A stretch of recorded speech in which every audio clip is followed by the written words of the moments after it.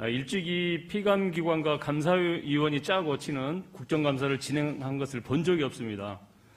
대단히 유감이란 말씀을 드리면서 어제 서울시 국감장에서 오세훈 시장과 국민의힘이 제기한 백현동 개발 관련 3대 특혜 의혹 제기가 날조됐다는 것을 하나씩 체크해 보겠습니다. 국민의힘이 주장한 판넬 자료를 그대로 가져왔습니다. 판넬 한번 보시죠.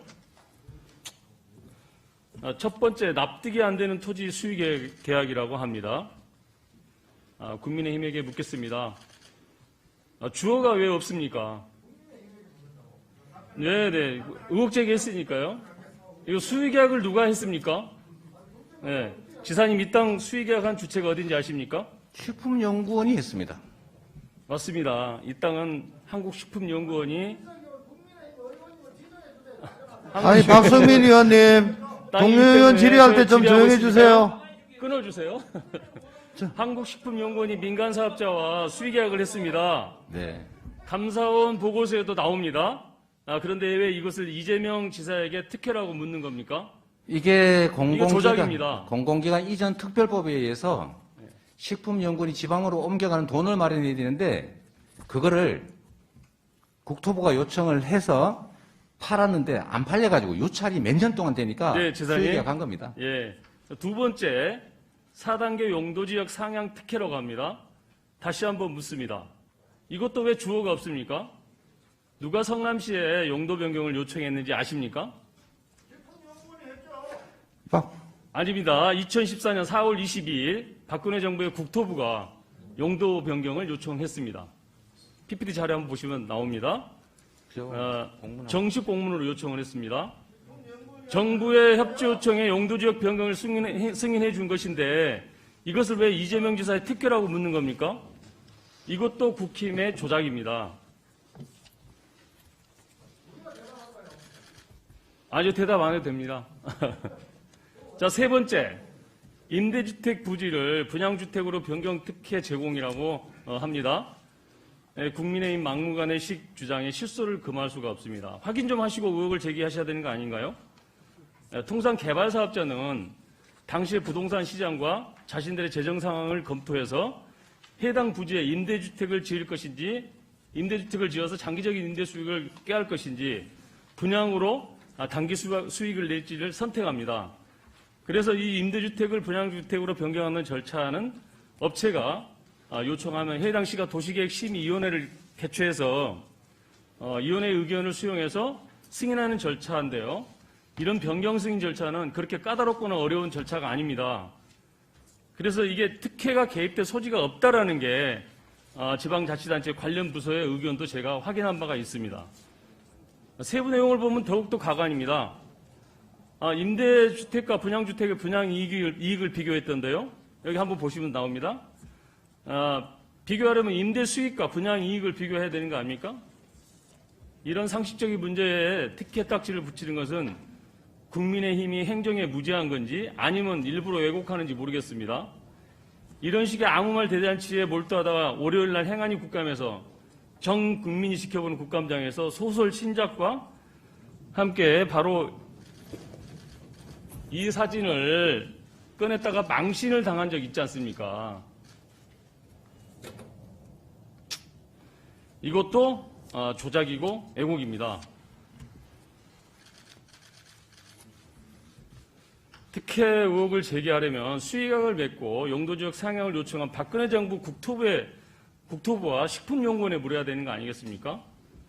백현동 개발 사업은 박근혜 정부의 정부 기관의 지방 이전 정책에 성남시가 따르고 협조한 것이 전부입니다. 공공기관 이전. 지사님, 백현동 사업에 특혜를 줬다고 생각하십니까? 죄송합니다. 네. 네, 백현동 개발 사업에 우리 성남시 지사님께서 성남시장 시절에 특혜를 줬다고 생각하시냐는 걸 제가 묻고 네. 있습니다. 전혀 사실이 아닙니다. 그거는 국토부가 요청해서 한 일이고 공공기관 이전 특별법에 따라서 저희가 응할 수밖에 없는 그런 상황입니다. 좀 자세히 설명드려도 될까요? 네, 좀 네. 설명해 주십시오. 네. 지금 이 식품연구원은 당시 공공기관 이전 5개 대상지 중에 하나였습니다. 당시의 정부 방침은 뭐였냐면 똑같습니다. 이거를 민간에 매각해서 민간이 주상복합을 지어서 분양 사업을 할 수 있게 해주자가 이 당시 정부의 입장이었고 저희한테도 공문이 왔습니다. 앞으로 5개 공공기관 부지에 대해서는 정부가 요청하면은 다 바꿔줘라. 주상복합을 지을 수 있도록.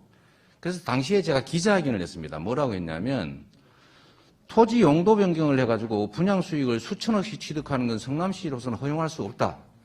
반드시 성남시는 일정한 수익을 우리가 확보하고 주거단지가 아니라 업무시설을 유치하겠다. 이렇게 입장을 발표했습니다.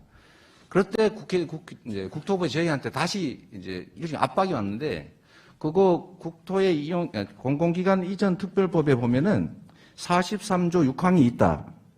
국토부 장관이 도시관리계획 이거 변경 요구하면은 지방자치단체장은 반영해야 된다. 의무조항을 만들어놨습니다. 이걸 가지고 만약에 안 해주면 직무유기 뭐 이런 걸 문제 삼겠다고 협박을 해서 제가 그때 낸 아이디어가 뭐냐면 반영은 해주는데 다 해주란 말은 없으니까 조금만 반영해주겠다. 이렇게 또 다시 기자회견을 해가지고 이거 사셔도 건축 허가 안 해줍니다. 요만큼만 해줍니다.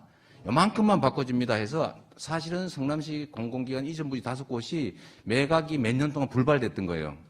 그래서 결론은 도로공사는 성남 판교 테크노밸리 2, 제2판교 테크노밸리로 개발했고 LH 부지는 서울대가 500억 싸게 인수해서 의생명 단지를 만들어서 지역 경제에 도움이 되고 있고 나머지 이 백현 이 부분은 그냥 임대 아파트, 아파트 분양하겠다고 해서 저희가 해주지 마라라고 버티다가 결국 다시 또 국토부가 식품연구원에 대해서만 별도의 공문을 보냈습니다. 뭐라고 보냈냐면 종전부동산 활용용도 제한 등으로 매각에 어려움이 있다. 그러니까 애로사항 해소를 위해서 적극 참여해라. 도시계획 규제를 해제하고 발굴해라.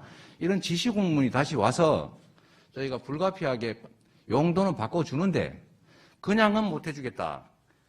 공공기여를 할 거를 내놔라 해서 저희가 약 8,000평 정도의 R&D 부지를 저희가 취득했습니다. 자, 정리 취득하는 좀 조건으로 용도 변경도 해주고 그 다음에 아까 그 제시하신 게 있는데 이것도 뭐 김은혜 의원께서 많이 준비한 것 같으니까 미리 말씀을 잠깐 드리겠습니다.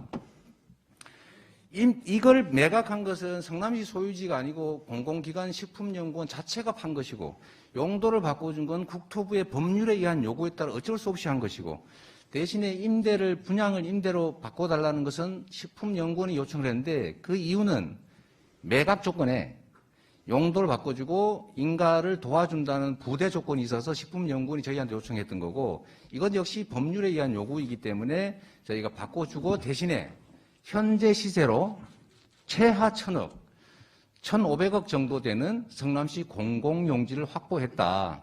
그 말씀드립니다. 네, 수고하셨습니다. 예, 다음은 박상혁 의원님 질의.